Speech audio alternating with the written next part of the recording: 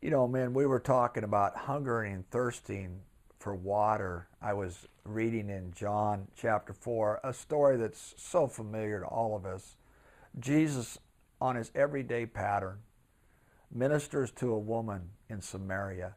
You know, there are so many nuggets in this story. I'm just going to touch on one of them, but I want you really to go back and read this story and say, God, show me some things.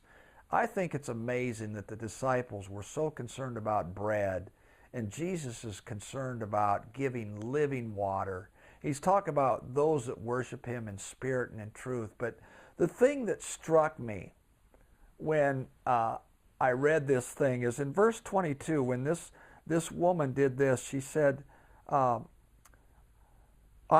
the woman left her water pot and went her way into the city and saith to the men, it's verse 28.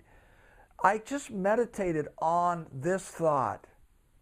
So many of us are content with the water pot we're carrying.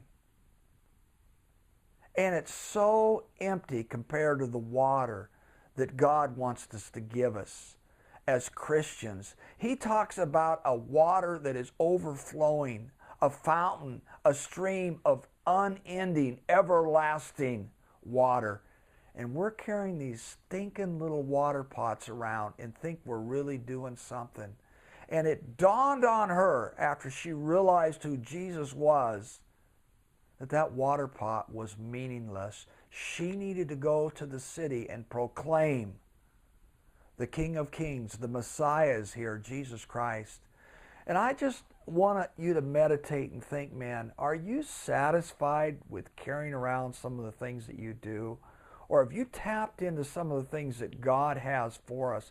He has so much more.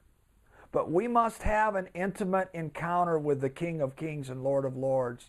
And then we're going to experience that. And I really believe this lady did. And I love that. She left her water pot. Men, let's leave our water pots. Let's pursue Jesus. And out of our bellies, out of our lives will flow rivers of living water. We will be talking about what really matters. God bless you as you continue on the journey.